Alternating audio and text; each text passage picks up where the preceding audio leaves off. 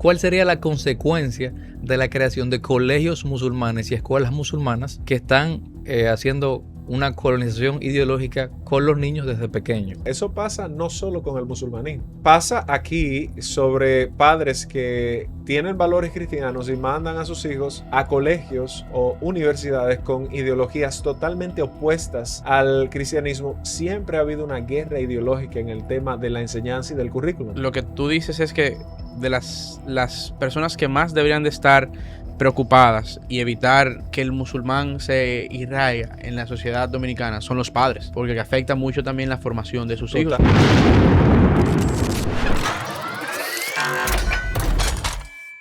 Sobre el tema de la mezquita de Punta Cana, mucho se ha hablado y mucho hemos hablado. Sin embargo, en este programa decidimos hacer algo distinto porque queremos sobre todo educar a las audiencias que comprendan no solamente el riesgo de una mezquita, sino el riesgo de la amenaza de una religión, en este caso el Islam. Para eso tenemos en este estudio con nosotros a un primero hermano mío y socio mío, pero también una eminencia en lo que es historia de la iglesia, filosofía, apologética, es pastor también, y queremos analizar lo que es el Islam desde un punto de vista filosófico, metafísico y religioso e histórico, para que el pueblo dominicano pueda comprender, repito, las reales amenazas que tiene este tema, que no se resumen a una mezquita. Víctor, gracias por estar con nosotros, hermano, y quisiera empezar hablando de la historia de esta religión para que la gente comprenda cómo nace y por qué sus formas hoy son tan violentas desde su inicio. Bueno, primero que todo, gracias a la audiencia, a ustedes, a ti. ¿Cómo fue, hermano? Amigo, Socio. socio, entre otras cosas. Te dije erudito también, o sea, Bueno, te politólogo, traté entonces, en bien, sí. caso tuyo. Pero bueno, es un placer, la verdad, estar aquí entre amigos, Derian.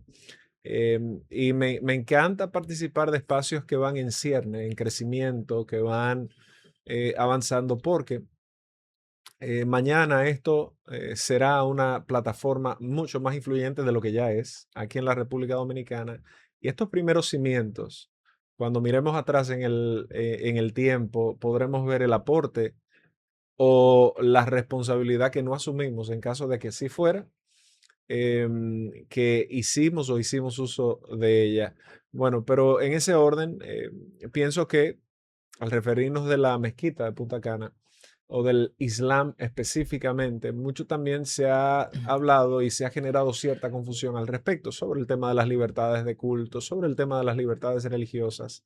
Yo en algunos espacios, inclusive allá en la marcha, que tú me diste la oportunidad de ser parte y de pues tener unas palabras en contra de viento y marea ese día, literal. Sí, sí. Eh, Hice la acotación sobre lo que es el culto, la cultura y el cultivo. Y eso parece sonar interesante, parece sonar atractivo. De hecho, suena muy intelectual. Cuando tú dices eso, sorprendes a la Y gente. me gustaría que tú lo expliques porque eso estuvo muy interesante.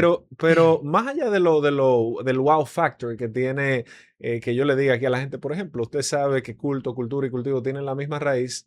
La verdad es que tiene un efecto impresionante en la sociología. Entonces, partamos de que todo lo que es cúltico, o sea, todo lo que yo adoro en la vida, sea a Jehová, sea a Alá, sea a Satanás, sea a mí mismo, que eso es un tema interesante, todo lo que es el antropocentrismo, finalmente termina provocando una modificación de conducta, una modificación de conducta interna y una modificación de conducta que se ve de forma horizontal en mi sociedad. Por ende, y te das cuenta en las sociedades aztecas, que fíjate que el maíz era un elemento fundamental y primordial de lo que tenía que ver con la comida de los dioses, eventualmente también era la comida de los pueblos, y fíjate cómo el culto terminaba afectando no solo la cultura, sino también el Claro, cultivo. claro.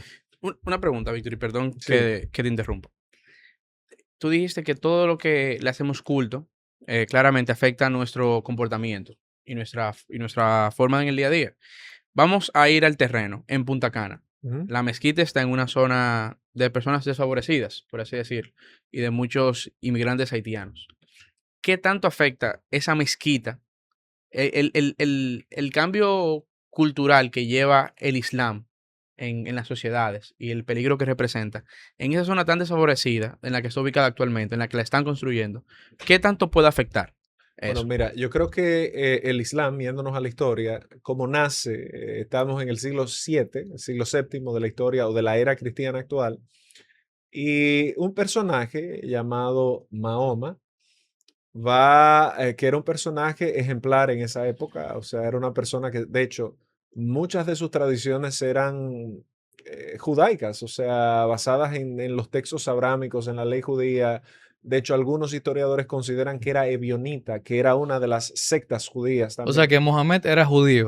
Bueno, judío de facto no necesariamente, pero de raíces teológicas judías, evidentemente que lo era, porque tú estudias el Corán y el Corán tiene Sí. un gran arsenal de teología judía o de teología judaica.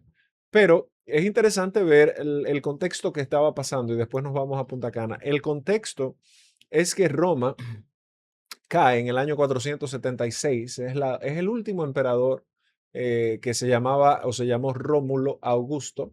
Eh, emperador va a ser depuesto. Cuando este emperador es depuesto, el mundo queda en caos.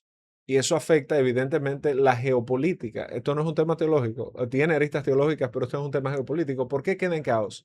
¿Cuál era el orden? ¿Cuál era el referente de ordenanza que había en la sociedad europea? O, bueno, todavía europea en ciernes, ¿verdad? En todo lo que era Occidente, para hablar más en concreto, era Roma. Ujú. Al Roma caer, las tribus van a quedar seccionadas. Y al seccionarse las tribus, tú te vas a dar cuenta de que se van a crear las tribus nómadas. De hecho, ya venían en ascenso porque Roma cae en el 476, pero la primera invasión se da en el 410 eh, por Alárico, que era uno de los generales de Teodosio, que fue uno de los grandes emperadores de Roma a finales del siglo IV. ¿Por qué esto es importante? Mucha gente no se detiene a entender el contexto de las cosas y evidentemente pues opina sin saber. Es muy importante porque esas tribus nómadas que se llamaban federados, los federados terminaron siendo los dueños de Roma. Dueños en contexto, en territorio, más no en pensamiento. Bien. Llega 2 siglos más tarde, un siglo y medio más tarde, ya las tribus tenían sus organismos nómadas, sus organizaciones nómadas. Mahoma, que estaba en ese momento en un lugar, ¿verdad? Lo que se conoce como la Meca. La Meca. Mahoma estaba en la Meca. La Meca está dentro de una parte que hoy se conoce como una región arábiga, ¿verdad? O sea, en esa parte árabe. Y Mahoma se va a convertir en una persona que era monoteísta por completo, casualmente como el judaísmo. Ujú. ¿Y qué va a pasar con el monoteísmo que profesaba un solo Dios? El monoteísmo profesa un solo Dios. Esto va a generar una riña elemental y eso fue lo que detona el problema en la Meca. Y de ahí es que sale la égira en el año 622 de la era cristiana, donde Mahoma tiene que huir a Medina.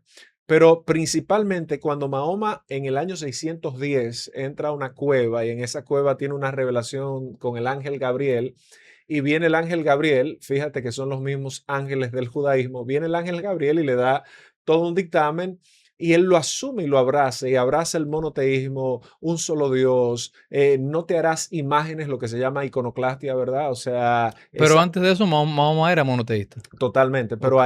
ahí lo radicaliza Sí, se reafirma. y era una persona bien ponderada, quiero decir. O sea, el que lee el Corán o la historia de Mahoma se da cuenta de que son dos personas. Al inicio es una persona muy bien ponderada, muy conservadora, muy metódica. Sin embargo, cuando él tiene que huir de la Meca por sus posiciones, porque, señores, al final también había un tema económico. Él estaba afectando los intereses de las tribus. Las tribus giraban en torno al politeísmo Sí, y en claro. torno a sus culturas, y eran sus dioses los que le daban el poder de alcanzar lo que ellos alcanzaban. Eso estaba en su mente, pero eso era así y él estaba afectando o atentando lo que a ellos le afectaba y le molestaba. Mahoma se va. Cuando Mahoma se va, Mahoma llega entonces a Medina. En Medina le solicitan, y ahí por eso vemos la égira que se hace todos los años, en Medina le solicitan que se haga cargo Y Mahoma va a sufrir un cambio donde él vuelve a la Meca y la conquista por la fuerza. Él se niega a todo lo que él profesó en algún momento de ser pacifista. Mahoma era un gran pacifista. Gandhi no le ganaba. Sin embargo, cuando Mahoma vuelve como un acto vengativo, toma, y obviamente algunos dirán, bueno, ese era el rol que le tocaba. Bueno, pero lo jugó de una manera muy hostil y contradictoria. Él atacó a todo el mundo. Ajá. Ahí yo tengo entendido otra versión que no sé ahí para que tú nos expliques. O sea, lo que se dice es, por ejemplo, es lo que veo que dicen musulmanes, es que se habían hecho acuerdos de paz entre Medina y la Meca y que esos acuerdos de paz fueron vulnerados por la Meca, o sea, por los politeístas, que empezaron a romperlos y dado a esa situación de victimización, porque estaban siendo víctimas, ¿verdad? Porque lo estaban violentando, pues Mahoma y la gente de la Meca, que eran sus correligionarios, tuvieron que atacar a la Meca por la violación de los acuerdos de paz entre la Meca y Medina. ¿Qué tan de cierto tiene esa versión? Tiene una parte de cierto, sí habían acuerdos de paz, pero la reacción de Mahoma es como que yo te diga a ti que yo a mi hija Salomé la pongo un año de castigo porque se comió un chocolate que no le tocaba. O sea, Claro, los acuerdos de fue paz y desproporcional. fue totalmente desproporcionado y los acuerdos de paz que se lograron no eran para nada vinculantes a una retaliación del tipo que hubo. Sobre todo que tú te vas a dar cuenta de que Mahoma se volvió un hombre de Estado. Empezó como un gran religioso de su religión, que es respetable, o sea, pacifista, monógamo, monoteísta. Cuando le toca asumir el rol de estadista, se vuelve en un dictador, al punto de que lo podemos ver en el Corán, lo podemos ver en las suras, vemos las declaraciones, tanto en el Corán como en la sura, eh, ¿verdad? Esos versículos que tiene todo esto incluido, vemos estas declaraciones que son hostiles, que justifican el maltrato, que justifican si una persona no piensa igual que tú, no cree igual que tú, los mutilaban, los execraban, los crucificaban también, una práctica ya aprendida.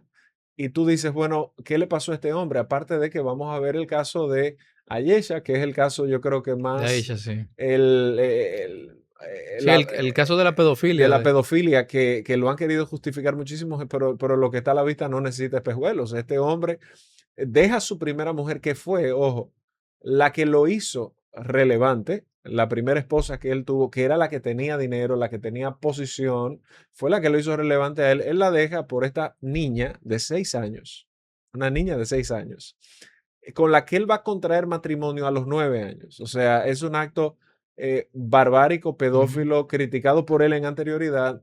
Y todo esto él lo va sustentando sobre un sistema religioso político, o sea, religioso político. Entonces, en ese orden, tú dices, bueno, ¿cómo afecta si tú mezclas lo que se llama en sociología sincretismo? Tú llegas a Punta Cana y tú tomas una comunidad deprimida como la comunidad haitiana, no que todos los haitianos sean deprimidos, o sea, económicamente, sino que No, en no, incluso específico hasta la comunidad dominicana que está ahí es de escasos Sí, recursos.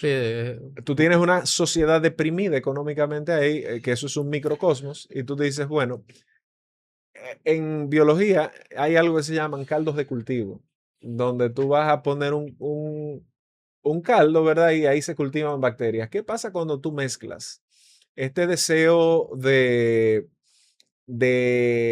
poder a través de bienes materiales o bienes en la otra vida con gente que no tiene esperanzas ni expectativas aquí en esta tierra? Sobre todo cuando media la violencia para alcanzarlos y se justifica a nivel religioso. Fíjate que la religión ha sido capaz de lograr lo que la política no ha logrado, en todos los ámbitos, en el cristianismo también. O sea, la religión ha sido capaz de lograr las más grandes transformaciones y de cometer los más grandes errores producto de la esperanza o la fe que la gente le imprime a eso. Mira, la cantidad de gente que ha muerto por religión es más grande que todas las guerras juntas, literal. ujú, La cantidad o sea, las guerras religiosas de la humanidad suman más millones de muertos que la Primera y la Segunda Guerra Mundial juntas. ujú. Y tú dices, cómo es posible que la gente hipoteque eso? Bueno, cuando tú vas a un grupo deprimido económicamente, tú le dices, ahí vi que lo del Ayatolá, eh, Jamenei. Jamenei, el que murió recientemente, tiene ¿cuántas esposas? 14, 7.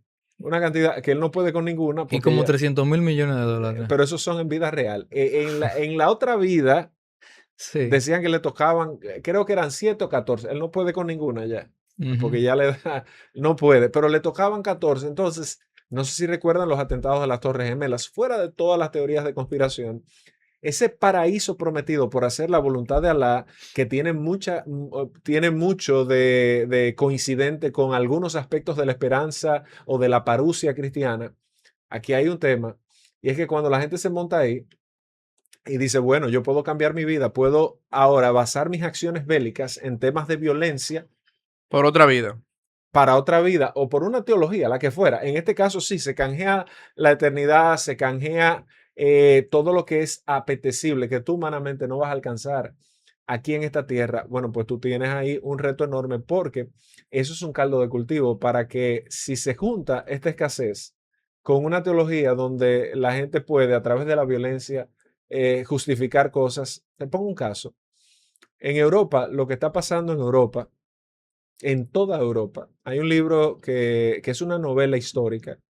Obviamente tiene grandes elementos de ficción, pero tiene un cuerpo de realidad que se llama Bajo la piel de una yihadista. Esa novela narra la narrativa trata de cómo el movimiento musulmán está conquistando adeptos constantemente en la sociedad europea. Y el método que utilizan es un método de captación a través de la esperanza, tal cual como lo hacía y lo hará el cristianismo. Pero es esta esperanza. Un joven al que le hacen bullying, por ejemplo, recuerdo que narra eso. Este joven le hacen bullying, es un joven rechazado, es una persona no muy querida. Imagínatelo en Punta Cana, en el grupo, la clase sociodemográfica que mencionaste, gente rechazada en muchos aspectos. Este grupo le ofrece bienes aquí en la tierra, no solo en el más allá.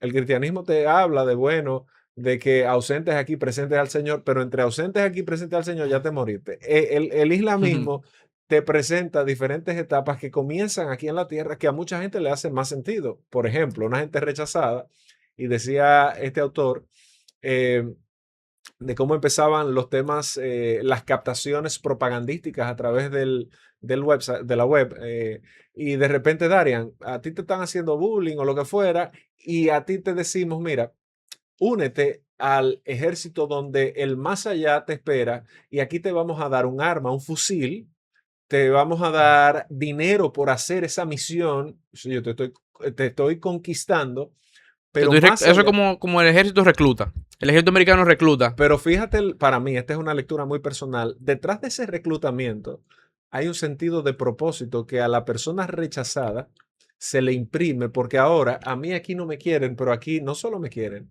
me consideran útil, me consideran parte de una gran misión, me dan herramientas, me dan un arma y de repente aquel que no se consideraba nada o que no tenía recursos, en este espacio es un caldo de cultivo para que logre. Ahora, no se queda ahí, lamentablemente. Hasta ahí es muy bonita la historia. ¿Qué pasa? ¿Cuál es la realidad o la otra cara de la moneda? Cuando tú vas a las experiencias de los musulmanes que salen de ahí, tú te vas a dar cuenta de que en los grupos radicales extremistas, y ahí es donde yo creo que radica el problema, que los que andan cumpliendo con su religión tranquilamente, pues no van a generar estos conflictos. El problema es que los de la minoría, eso se llama la dictadura de la minoría. O sea, estos grupos minoritarios se han vuelto los grupos mayoritarios. Analiza desde el 2020 hasta acá la cantidad de muertes por actos terroristas que han pasado, de cuáles grupos vienen. Todos, absolutamente todos, en contra de creyentes, cristianos y no cristianos, vienen por grupos terroristas islámicos. Bueno, pero déjame aquí jugar un poquito Abogado del de diablo. abogado del Bueno, diablo. bueno. En República Dominicana nunca ha habido un atentado. No hay esa cultura. Sí, sí. Realmente eso pudiera, o sea, la sociedad dominicana pudiera tener miedo de que si esa comunidad crece, tenemos ese riesgo. Totalmente, yo creo que sí, porque al final es lo mismo. Fíjate lo que le está pasando a Nueva York. Hoy en día tiene un alcalde musulmán. Tú Que casi preguntabas, sufrió un atentado hace. qué pena, tú preguntabas hace 20 años si era posible que una nación Y ojo, no porque sea una nación cristiana, porque de cristiana yo creo que es postcristiana ya. Estados Unidos para mí Sí. entra como Europa en Sí. el postcristianismo. Sin embargo, cuando tú estudias la carta de George Washington, que fue el primer presidente de los Estados Unidos, tú estudias la carta de confección de la Constitución o de la Declaración de Independencia de Thomas Jefferson, tú te vas a dar cuenta de que prácticamente eran tratados teológicos. O sea, la cantidad, evidentemente, más allá del humanismo impreso, tú te vas a dar cuenta de la idea de nosotros somos una nación bajo Dios, somos una nación que cree en la Biblia. Citaban textos, hay cantidad de cartas donde tú te das cuenta el intercambio entre ellos que usaban, textos como Jeremías 17, maldito el hombre que confía en el hombre. Su cosmovisión comunitaria y estatal se basaba en principios bíblicos. Entonces, tú me preguntas, ¿puede un culto afectar a una nación totalmente? El hecho de que ahora sean pocos Y que no haya pasado y nada. que no haya pasado nada, mañana, tú usaste la palabra clave, el crecimiento va a abrir todo un gran caldo de cultivo para que se justifiquen muchísimas cosas. Por ejemplo, aquí lo hemos visto solo del tema de la violencia o de la mujer, que Talibán ha hecho un papel, pienso que heroico y titánico en ese sentido, de levantar esa voz. Pero pensemos en esto, en el tema de la pedofilia.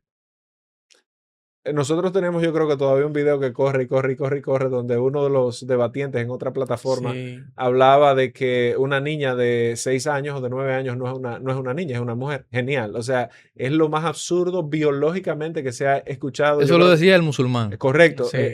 que se ha dicho en la última década. Ahora, pon a un lado el tema de la violencia. Pon a un lado el tema de la teología y el tema del radicalismo. Vete al lado de la pedofilia. ¿Puedo yo, o de la poligamia, puedo yo justificar a través de una teología que es gris totalmente y cuyo líder la practicó abiertamente? ¿Puedo yo justificar esto basado en esa teología? Yo te lo voy a decir desde el punto de vista cristiano. Para lo bueno y lo malo, en mi vida yo he justificado mi cosmovisión para lo bueno y lo malo sobre lo que yo creo de la Biblia, para lo bueno y lo malo. O sea, yo vivo mi vida en relación a lo que dice la Biblia. Eso no es que todo lo que yo hago es bíblico. Por eso digo lo bueno y lo malo, porque lo malo que hago al final termino chocando contra la misma Biblia. Hago muchas cosas malas, pues lo mucho que hago riñe contra algo. Y lo bueno que hago, perdón, tiene un guía conductor que está basado en lo que yo creo que son mis valores, mis principios y lo que yo creo de la Biblia y de la fe. Póntelo del otro lado. Si yo fuera musulmán, yo perfectamente, a mí no me gusta eso, ni estoy de acuerdo con eso, pero tú te puedes encontrar con gente que comienza a justificar la pedofilia. Totalmente. La pedofilia. Entonces, te pregunto yo a ti si es un problema o no. Cuando se Claro, abre una brecha. Y claro. ahí yo quisiera hacer una pregunta, porque mucho se habla de la mezquita de Punta Cana, ya que había mezquitas, eso que tú mencionas de que ellos nunca han causado un atentado, ya se ha dicho. Eh, pero digamos, ¿cuál sería el riesgo si el Islam o los musulmanes, en vez de hacer una mezquita en Punta Cana, empiezan a hacer colegios musulmanes o escuelas islámicas? Porque digamos, la libertad de culto, que ese es el problema, les deja las puertas abiertas para hacer eso. Entonces, ¿cuál sería la consecuencia de la creación de colegios musulmanes y escuelas musulmanas que están haciendo una colonización ideológica con los niños desde pequeños? Fíjate, yo creo que tú lo respondiste con la pregunta. O sea, la colonización ideológica, eso pasa no solo con el musulmanismo.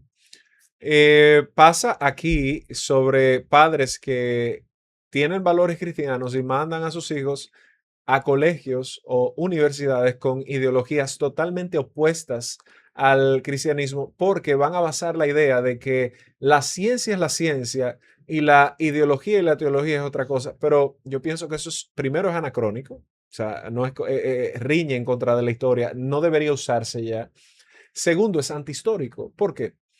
Porque quien va a darle cuerpo y espacio al tema de la formación académica es la iglesia.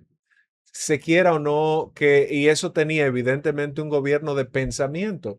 Tú vas a tener las universidades más antiguas, quien la va a fundar es la iglesia. Nacen de las escuelas catedralicias en el siglo XI y tú vas a tener universidades como Oxford, como Lund, como Bolonia, como la Sorbona de París, como la Universidad de Salamanca, muy buena en medicina, pero tenían asientos eminentemente teológicos. O sea, Harvard fue fundada para formar pastores. Y evidentemente, después con el tiempo, si tú vas a hablar de teología ya, tú tienes que hablar con mucho cuidado, no vaya a ser que te saquen y te cancelen de ahí, no te permitan porque tú estás Sí, atentando contra la ideología de alguien que se considera vaca y está en la universidad, en la universidad donde enseñan biología de la mejor del mundo, pero eso es una contradicción enorme. Entonces, cuando tú vas al tema de los colegios, siempre ha habido una guerra ideológica en el tema de la enseñanza y del currículum. De hecho, desde la filosofía la había. Aristóteles hablaba de que nosotros venimos con una pizarra en blanco y tenemos que ir llenándola. ujú. Platón decía todo lo contrario. Platón decía que usted viene con una pizarra llena y que usted va descubriendo. O sea, Víctor, Eh, lo que tú dices es que de las personas que más deberían de estar preocupadas y evitar que el musulmán se irraiga en la sociedad dominicana son los padres, porque afecta mucho también la formación de sus hijos, porque Totalmente. luego van a haber colegios, como dice Isaac, que van a tener formación. Hay colegios bautistas cristianos, pueden haber colegios Sí. que enseñen. Chiita, islámico. Entonces, ¿por qué, Isaac, tú estudiaste en el Logos, ¿verdad? Mm, ¿Qué formación tú recibiste? cristiana. Una formación, te enseñaron a sumar, ¿verdad? Sí, todo. Te enseñaron álgebra, te enseñaron X, Y, C, F, D, pero se hacía un devocional. Se daba una clase de Biblia probablemente, Sí, de bueno, de filosofía. filosofía, una filosofía evidentemente que fuera afín a la ideología cristiana. Eso va a pasar del lado musulmán. ¿Qué está pasando hoy? Fíjense lo que pasó en Punta Cana, que desde esta plataforma se estaba cuestionando. Teníamos un gagá o una fiesta Ujú. de PRIJ en Punta Cana. Una vaina Y tú dices, impresionante. pero ¿cómo es posible que eso esté pasando? Yo estoy en contra de esa religión, porque eso es una religión, o sea, yo no creo en eso, El vudú, estamos hablando. del Que buduismo, encima está prohibido en República Dominicana. pero fíjate cómo el tema en las escuelas, porque cada maestro va a llevar su ideología, Correcto. y Claro. si yo fuera musulmán, señores y señoras, yo hiciera lo propio, porque cada ser humano va a evangelizar de acuerdo a lo que cree. Ahora, este país, hablando de la libertad de cultos, lo que no puede perder nunca la perspectiva es de hasta dónde esa religión atenta contra nuestra sociedad. Tal cual como prohibimos el buduismo, deberíamos prohibir o deberíamos controlar más bien porque hay muchos que no operan de manera incorrecta, pero deberíamos regular esto, porque la Claro. irregulación de esto va a ir en detrimento de nuestra sociedad. Claro. Y Totalmente. ahí, hace poco cayó el régimen islámico en Irán. Y esas personas que estaban al frente, ese dinero que ellos tenían, van a buscar cómo sacarlo, cómo reinvertirlo en otras zonas. Se puede usar para construir muchas mezquitas aquí en Latinoamérica y en República Dominicana. Yo, Y cómo podemos, las autoridades, cómo pueden evitar eso también? yo creo que ya se está usando. De hecho, el caso de Punta Cana, nadie nunca ha querido decir quién es, y eso tiene algún velo Claro, político importante. claro, Y obviamente nosotros que estuvimos haciendo algunas indagaciones, siempre nos dijeron son gente muy importante y demás. Y tú te preguntas, bueno, no existe una mejor manera de tú colonizar que a través de la colocación de iglesias, templos, ONGs, porque son sociedades o instituciones que pasan por debajo de un radar.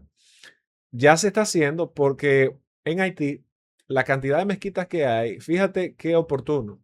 Vuelvo al caldo de cultivo. Haití es un gran caldo de cultivo porque hay una desestabilización social, hay un estado fallido. un estado fallido y porque hay tantas mezquitas en una porción de una isla. Eso se vuelve en centros de operaciones. Centros de operaciones, o sea, ¿con qué dinero se financia? ¿Hay tanto culto, alaya? No, definitivamente no. Pero esa es una excusa, una vía. Mira, se usan no solo las mezquitas, las iglesias también. O sea, lo que no se regula se usa, se presta para muchas cosas. Se puede usar para lavado de activos, primariamente para lavado de activos. Número dos, se puede usar para colonización ideológica o teológica. Se puede usar para traficar armas. Se puede usar para una cantidad de cosas. Entonces, Al dinero hay que buscarle alocación. En el caso que tú mencionas, como es un dinero que está radicalizado hasta cierto punto, que tiene un gran matiz ideológico y teológico, obviamente que nosotros estamos en un blanco. También es importante recordar cuál es la ubicación geográfica que tiene la República Dominicana. O sea, y es lo interesante. ¿Esa mezquita es un museo o es un plan de evangelización? Porque esa mezquita alberga, creo que son 2.000 personas, cuando aquí no hay 2.000 musulmanes. Entonces la pregunta es si eso es que es un museo, una obra del este que queremos exhibir como parte de la diversidad, o qué está detrás de eso. Porque ¿por qué construir algo de esa magnitud si no hubiera un plan de crecimiento? Y si hubiera un plan de crecimiento, ¿quién lo financia? ¿Qué pasa?